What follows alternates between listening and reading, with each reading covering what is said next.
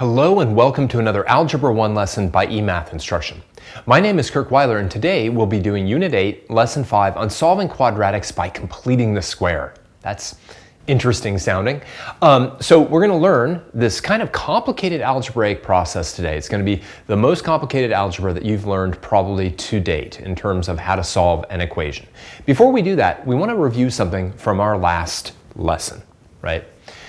Now, let's review solving of quadratics using inverses. In the last lesson, we learned how to solve a quadratic equation by using inverse operations. So let's do a few of those to warm up, because if you thought that this was easy, awesome. This is going to be sort of the end of our procedure today. So like our procedure is going to be just simply, how do we get to this point, and then we take it from here. So let's review how to solve these types of equations using inverse operations. Exercise number 1. Find all solutions to each of the following equations using inverse operations. All right, now these are two of the easier ones that we kind of would have done in our last lesson. I'd like you to pause the video now and see if you can recall how to solve these for the two solutions that both of them have.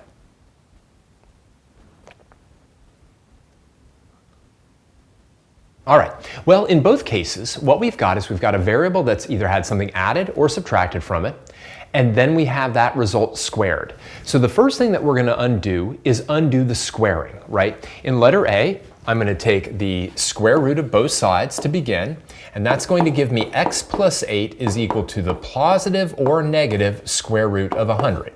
Now we know the square root of 100 is equal to 10, so that means x plus 8 must be either equal to 10 or x plus 8 must be equal to negative 10. All right, in this case, I'm going to subtract 8 from both sides, and I'm going to get myself x is equal to 2. In this case, I'll subtract 8 from both sides, and I'll get x is equal to negative 18. All right, real simple there. Okay, and this one's going to play out very similarly. Instead of like subtracting 8, I'll add 3 as that second step, but my first step is still going to be to take the square root of both sides. So here we go. We'll take the square root of both sides. We'll get t minus 3 is equal to plus or minus the square root of 64. That means t minus 3 is either equal to 8 or t minus 3 is equal to negative 8. I'll add 3 to both sides, and I'll get t is equal to 11. Or add 3 to both sides, t is equal to negative 5. All right, easy. Now, one of the good news is that no matter how complicated the procedure of completing the square is going to get, and we're going to build up to it, don't worry, it's not like I'm going to throw it at you any minute now, but no matter how complicated that is, it's going to always result in equations that are very similar to A and B, all right? And then solving those, hopefully, will be pretty easy. Anyway, let's kind of get into it. Now, many times we have quadratic equations whose structure does not immediately allow us to solve them using inverses. So before we even learn how to do that, let's take a look at an example of such an equation, exercise number 2. Why can we not use inverses to easily solve the quadratic equation x squared plus 4x minus 21 is equal to 0? All right, so think about this for a moment. Why couldn't we use inverses to solve this one, whereas we could in many other quadratic equations that had an x squared in them? Pause the video now and think about it, and in fact, you may even want to play around with trying to solve it by using inverses. See what happens. Take a moment.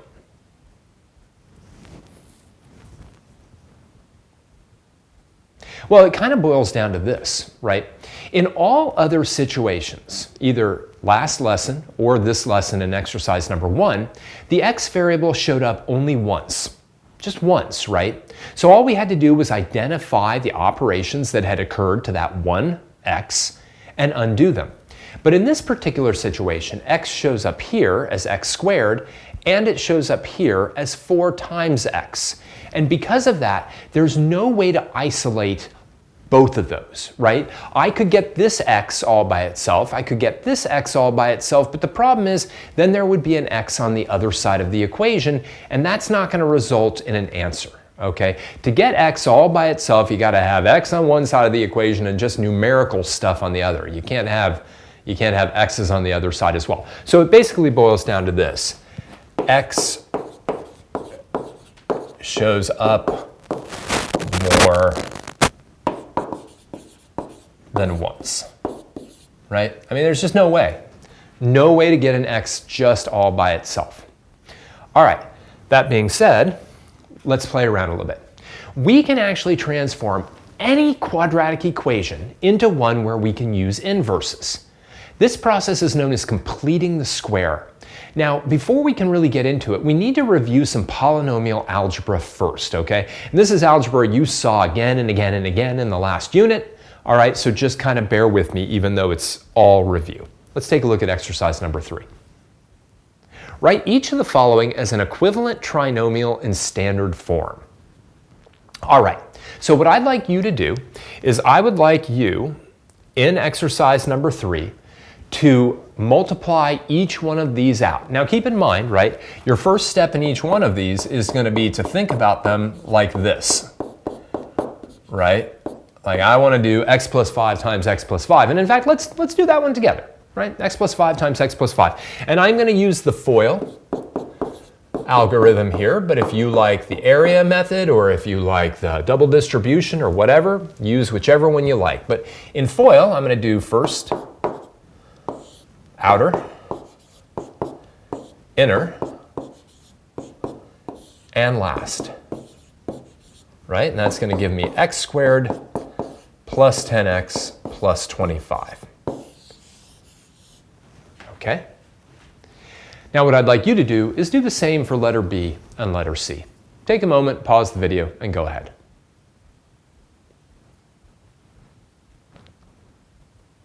All right, well, for letter B, right, this is just going to be x minus 1 times x minus 1. If I FOIL, I get x times x squared, minus x, negative 1 times negative 1 is positive 1, x squared minus 2x plus 1 plus 1. All right, letter C, squeeze it in here, x plus 4 times x plus 4. Again, x times x is x squared plus 4x plus 4x, and then 4 times 4 is 16. I can now combine some like terms. I'll get x squared plus 8x plus 16. All right, great. So just a little review of how to square out a binomial. All right, that's it. Now, let's take a look at exercise number 4, where I actually had written down the answers to exercise number 3. Let's take a look at exercise number 4. Given each trinomial in exercise number 3 of the form x squared plus b times x plus c, what is true about the relationship between the values of b and the value of c? Okay, so in other words, like I really want to hone in on how 10 and 25 relate, how negative 2 and positive 1 relate, and how 8 and 16 relate, right? How do those numbers relate? What pattern is there? What could you produce this number, and this number from this number, and that number? Think about that for a moment. Pause the video and consider it a bit.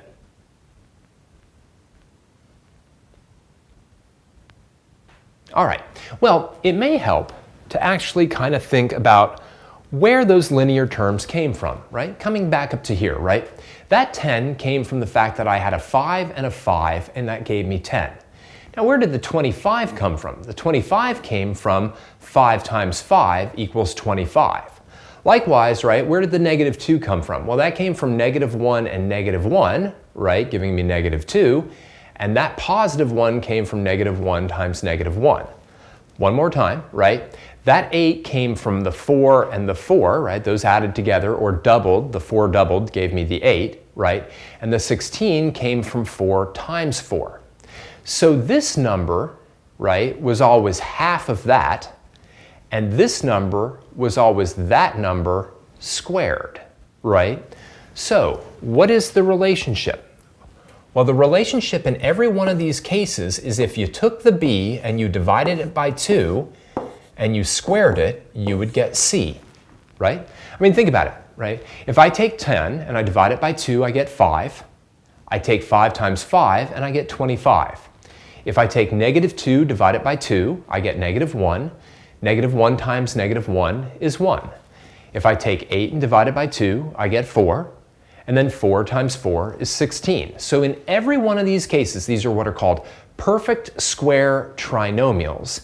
In each one of these cases, the number here is always this number divided by 2 and then squared. Okay? Now we're gonna be getting a lot of work with that idea. Take this number, divide it by 2 and square it. All right?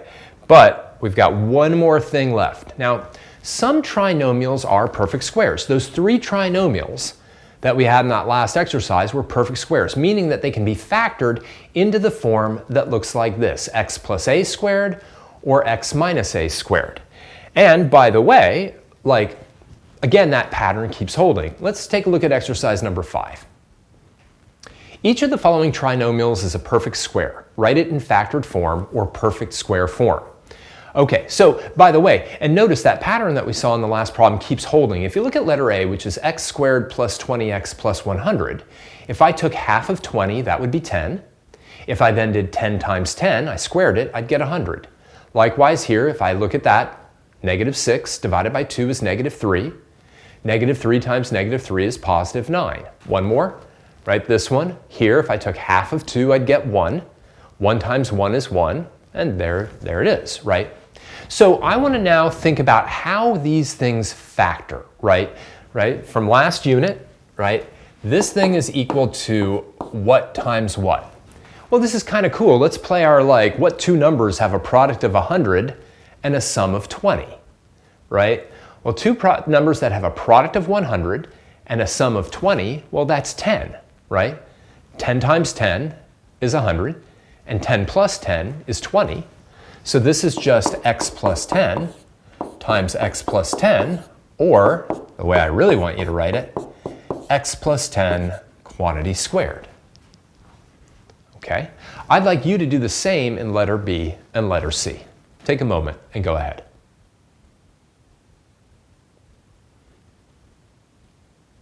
All right. Well, again, if I'm thinking about 2 numbers that have a product of positive 9 and a sum of negative 6, both those numbers must be negative, and they're both negative 3, right? Negative 3 times negative 3 is positive 9, and negative 3 plus negative 3 is negative 6. So this factors into x minus 3 times x minus 3, which is x minus 3 squared. Finally, this one, 2 numbers that have a product of positive 1 but have a sum of 2, well, those are 1 and 1, right? 1 times 1 is 1, and 1 plus 1 is 2. So this factors into x plus 1 times x plus 1, which is x plus 1 squared. All right. Now, did you notice? The number that I'm adding or subtracting to x in each case was half of that b term, right? Half of 20 is 10. Half of negative 6, whoops, is negative 3. Half of 2 is 1. Isn't that kind of cool? It makes it very easy to factor perfect square trinomials. I think we're now ready to look at completing the square. All right, here we go. We're now ready to use completing the square to put a quadratic equation in a form where we can solve it using inverses. Any quadratic equation can be put in a form where you can then solve it using inverses by doing the following. All right, let's take a look. And this is what's called an algorithm. All right, this algorithm will work every time as long as certain conditions are met. For the quadratic equation x squared plus bx equals c, note that the leading coefficient must be equal to 1. Let me say that again. The leading coefficient must be equal to 1. It's got to be 1x squared, not 2x squared, not 5x squared, 11x squared, a half x squared. Nope, it's got to be x squared. So how do you do completing the square? Well, you're going to find half the value of b. That should sound familiar. You're going to square it. That should sound familiar. And you're going to add it to both sides of the equation. All right? That's how you complete the square. In the first exercise on this, we're going to see why it works. So let's take a look at exercise number 6. Consider the equation x squared plus 6x minus 16 equals 0. Letter A, very simple. Rewrite the equation so that the constant term is on the right side. All right, That's fine. Basically, what I want to do is I want to make sure that the only thing on the left-hand side is the x to the second term and the x to the first term. So I don't want that negative 16 hanging out. That's easy enough to do. I would hope that many of you can actually do it without writing anything down, but let's write something down, right? To move that 16 to the other side, I'll add 16 to both sides, and I'll have x squared plus 6x is equal to 16. All right, no big deal. There's nothing in that has anything to do with completing the square. Now in letter B, it says, find the value of half of the linear coefficient, square it, and add it to both sides. Again, this is my b divided by 2 squared. And I'm going to actually write that out, right? I want to do b divided by 2, squared. That's, come on, pen. That's 6 divided by 2 squared, which is 3 squared, which is 9. I want to add 9 to both sides of the equation. I can do that. I can add anything I want to both sides of the equation. So I'm going to do x squared plus 6x plus 9 is equal to 16 plus 9. You know, one of the golden rules of algebra, right? It's called literally the additive property of equality is, hey, I can add whatever I want to both sides, so I'm just going to choose to add a 9 to both sides, right? Now, let me just write down the kind of resulting equation right here. X squared plus 6x plus 9 is equal to 25. That is literally the same equation that we started with. All we did was manipulate a little bit using the properties of equality. I moved the 16 to the other side, and then I added 9 to both sides. Now letter C asks us to factor the left-hand side of the equation. Go ahead and do that. Pause the video now.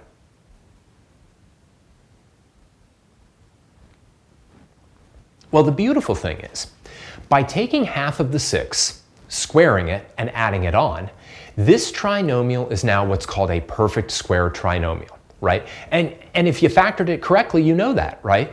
Because if I'm looking for two numbers that have a product of 9 and a sum of 6, those two numbers are 3 and 3.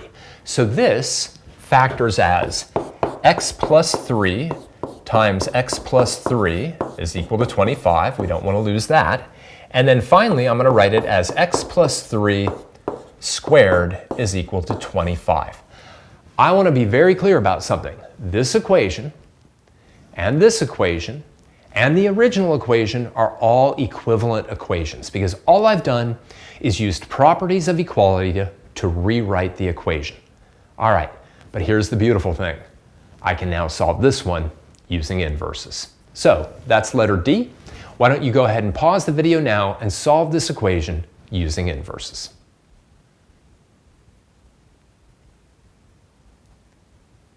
All right, here we go.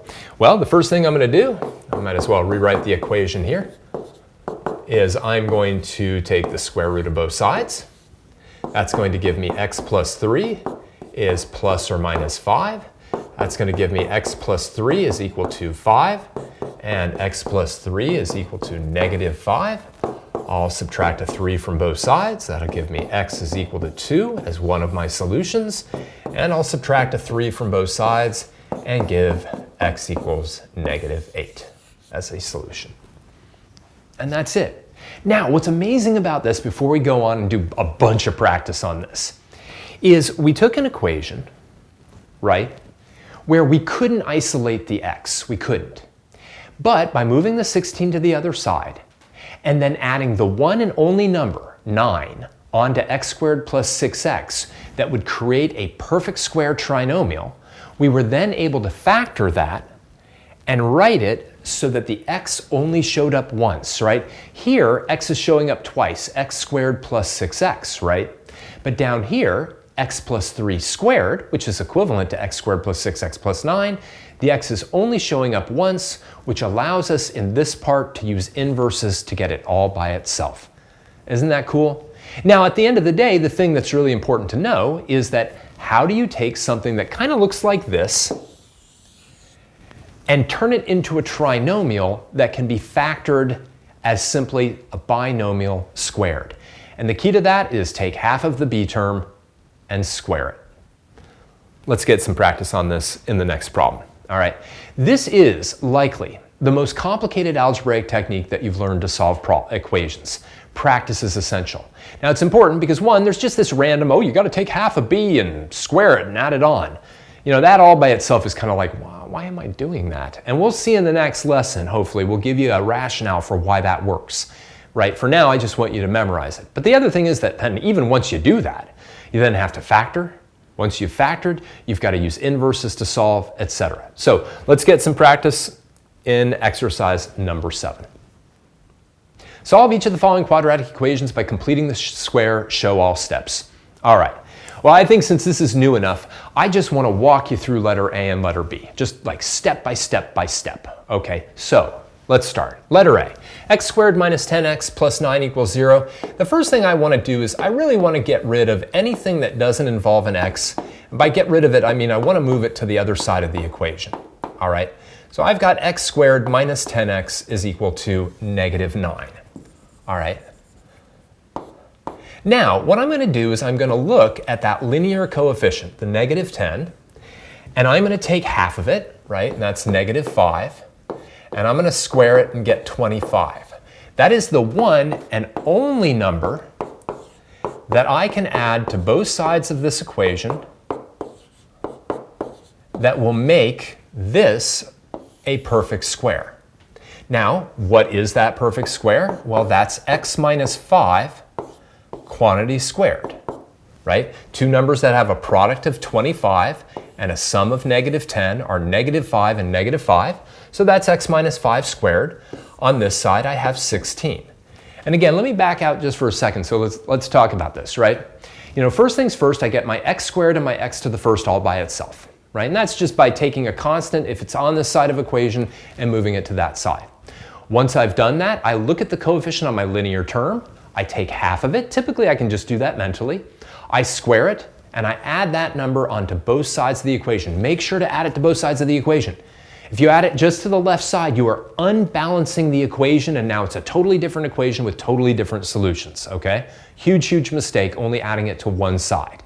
Once I've got it, though, the trinomial here should be a perfect square trinomial, and it will always factor as x plus or minus whatever it is. It'll be half that b, right? So half of the negative 10 is negative 5. X minus 5 squared is equal to, well, whatever these two are combined. At this point, we're back to the last lesson. We're back to the last lesson, we are, right? So at that point, we should just kind of be on autopilot. I'll take the square root of both sides. I'm going to move this up to here. That will give me x minus 5 is equal to plus or minus the square root of 16. That'll give me x minus 5 is equal to 4. Let me solve this. That'll give me x equals 9. That's one of my solutions. And I'll have x minus 5 is equal to negative 4. Add 5 to both sides. And I'll get x is equal to 1. Now, I do want to just point out really quickly, you know, something that I mentioned in the last lesson. Oftentimes, quadratic equations have one positive and one negative solution. But in this case, the two solutions are both positive. That's okay. The two solutions could both be positive, they could both be negative, you know, or one could be positive, one could be negative. Let's do another one together. Letter B, x squared plus 4x minus 21 equals 0. Very, very similar. Watch, the one thing that's good about this is they're pretty much all done the same way. I'm going to add 21 to both sides. So that will start me off with x squared plus 4x is equal to 21. I'm going to take half of 4, which is 2. I'm going to square it and get 4. So I need to now add 4 to both sides of this equation. That's simple enough. This now is guaranteed to be a perfect square trinomial, and it is. It factors as x plus 2 times x plus 2. So that's x plus 2 squared, hopefully squared, is equal to 21 plus 4, which is 25. All right, then I'll take the square root of both sides. I'll get x plus 2 is equal to plus or minus the square root of 25. All right, that gives me x plus 2 is equal to positive 5. I'll just finish this one out here. That gives me x equals 3. And I'll get x plus 2 is equal to negative 5. Subtract 2 from both sides, and that will give me x is equal to negative 7. Whew. It's kind of cool. And I really do want to emphasize that the beginning portion, right, of sort of like taking half of b, squaring it and adding it to both sides, and then factoring, that's really the new part, right? Once I've gotten it into this form of like x minus 5 squared equals 16, or x plus 2 squared equals 25, whatever, once I have it at that stage, it's right back to what we did in the last lesson. So if you feel comfortable with that, then you should really be quite good to go. All right, so these two are very, very similar to the ones that we just did. I'd like you to pause the video now and see if you can work through them to find the right solutions.